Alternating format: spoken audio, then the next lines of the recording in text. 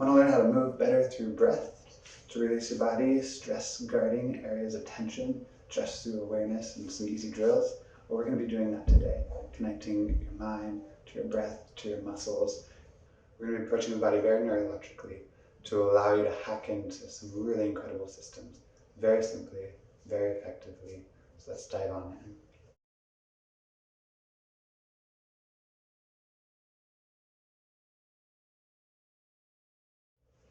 All right, we're going to dig into a concept called first resistance. This concept, I think, has been a culmination of about 15 years of work that has really stood out to me.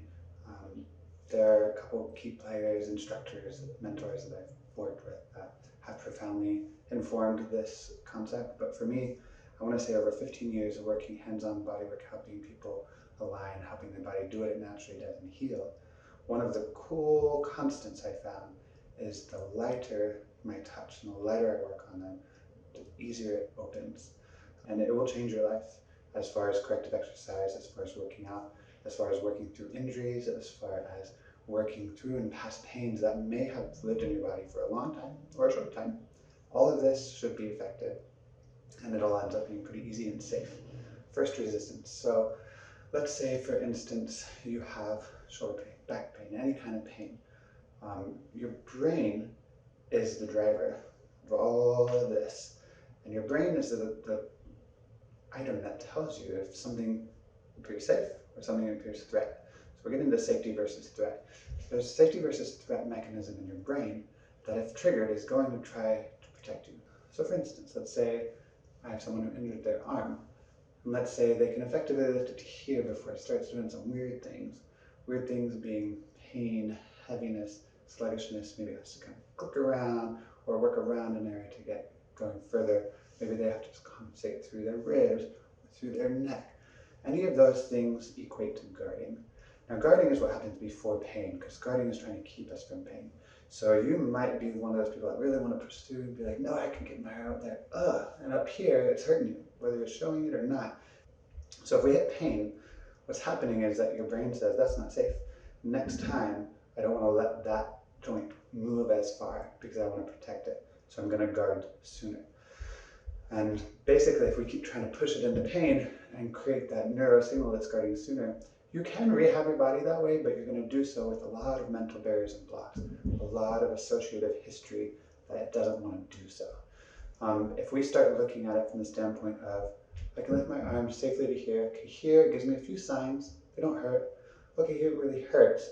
What we want to do is back away from the pain, back out of the guarding, barely underneath the guarding. Teach it how to move well there. Then what we start teaching our brain is, hey, we're holding sacred what you're showing us. We're paying attention to the guarding, and we're going to just show you that this right underneath where you want to start guarding, I can move really, really safe and effectively.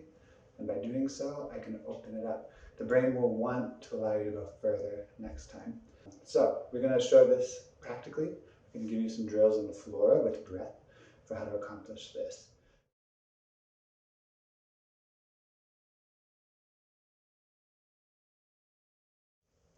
All right, here we are with our beautiful model and my sister, Hannah. Hannah, thanks for joining us. I am essentially going to walk you all through what you're going to be doing with Hannah. She's going to be doing it along with you. I can give some instruction from here. As we put you into the move, as we put Hannah into the move, go ahead and get started. I'm going to offer a lot of explanation as I go so that we can build some value as to why we're doing this move. But thank you for being here.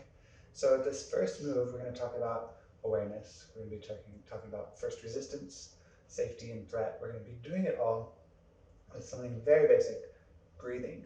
So Hannah, if I can go ahead and have you lie down on your back, feet up here, head down there.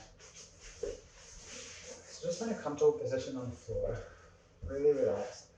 I'm going to have you go ahead, and if any of you have any back pains, hip issues, anything that's causing you some stress in this fully laid back position, you can do this sitting, you can do this in recliner.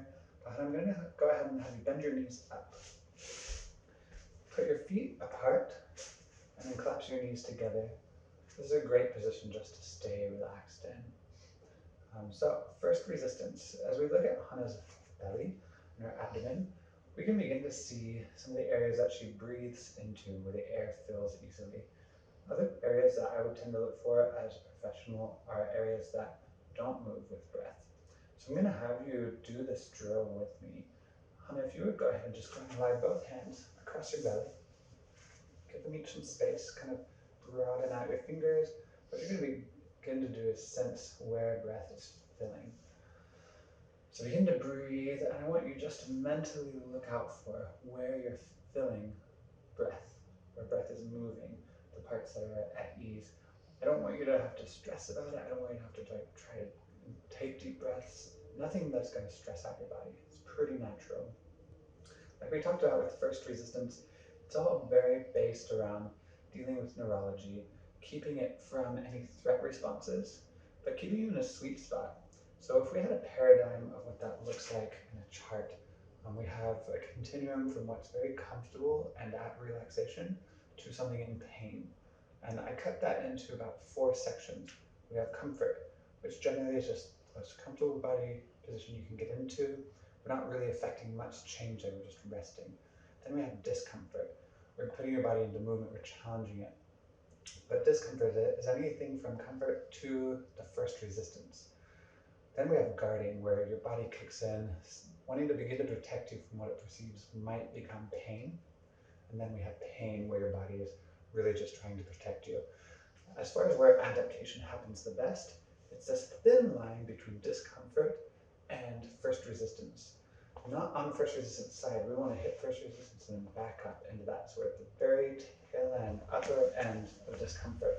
If we move there, we are at our sweetest spot to make change, neurological change, adaptations with the body. So again, as we focus in on Hannah's breath, she's not stressing about where to breathe. She's not trying to force anything. She's just becoming aware. The more awareness we bring to our brain, the more things it's going to begin to align and unlock. So Hannah, look for the areas that feel like they're moving. I'm going to have you do that for a few breaths, as you all have been doing. And then I want you just to become aware of the areas that don't move with your breath. And now I want to find kind of some sweet spots.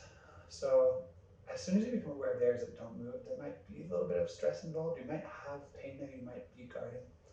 Ultimately, if you're not moving anywhere in your torso, even down into your sacrum, tailbone, lumbar area as you breathe, upper chest, basically any of this range in her torso, front and back, should all move with breath. Should be a natural form of massage. So Hannah, I want you to find an area that's not moving, but particularly one that's neighboring an area that is moving. I'm going to have you just begin to breathe into that area, not into stress. I want you to breathe as if you're using the area that does move, using it to inform the area that doesn't. So this is first resistance in a nutshell. This is very simple, very basic. Anyone can do it. You can do it when you lie down in your bed, when you're waking up, when you're going to sleep. It's very therapeutic for your mind, just to connect you to these areas. Ideally, if you're able to find a heartbeat in any of these areas of your body, focus on that. Let that expand. It's going to begin to allow the area to relax more. This is simple, doing first resistance with breathing. You can do first resistance in your squats, with reaching overhead, with twisting, always looking for where it wants to stop moving, whether it slows down, gets heavier, feels constricted, feels tense. All of those are signs of guarding. And we want to begin to inform your body as to how to create natural ease of movement throughout your whole system without guarding kicking in. How you feeling, Hannah? I'm feeling good. Give us a little feedback as to what you're sensing as far as the areas that are moving, the areas that aren't. What kind of awareness is that developing? Just what's kind of going through your mind as you experience this?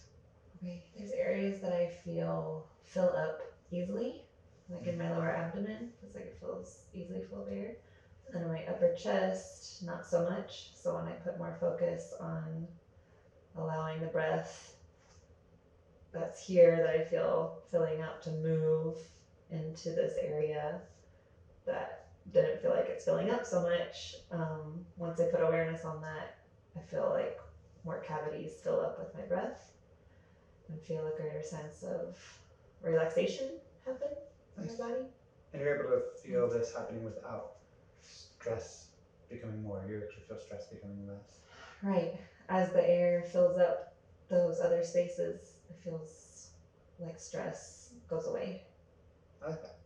One more tool that you can do, a trick, is put your hand in the areas that feel like they're not moving. Your hand has a lot of nerve endings in it and it has a lot of places in your brain that it interacts with. So since we're so familiar with our hand, if we put it over an area that's not moving, and we just ask our body to breathe into it, let it lift a little bit, not into stress, but just to whatever level of awareness it can, and then to let it sink as we breathe out, you actually can begin to train these parts of your body to move again. That's really helpful. Do you feel it kind of enhanced that breath experience there? Definitely. Okay. Try this at home. I think you're going to get some great benefits from it. Thank you for joining us. It has been a pleasure working with you today. Just a quick recap. We went over first resistance. We went over safety versus threat, guarding. Now you have some tools to work through your body, begin to master it at a whole new level. Our next video, we're going to be shooting pelvic tuck, talking about muscle balancing, how a joint moves, how to understand it from the perspective of where pain comes from, what it's caused by. Pelvic tuck, I find, is one of the singular most important movements that you can know in the body to align it, to get it out of pain, to open up movement everywhere. It's quite simple, it's quite easy. Come join us, subscribe, check out all of our other links, and tell your friends, tell your family, work on it in your own body. Take ownership of this because it's going to do some really cool things in your life. And this is just step one for a few more basic steps to get your abs turned on and to get your body feeling really good.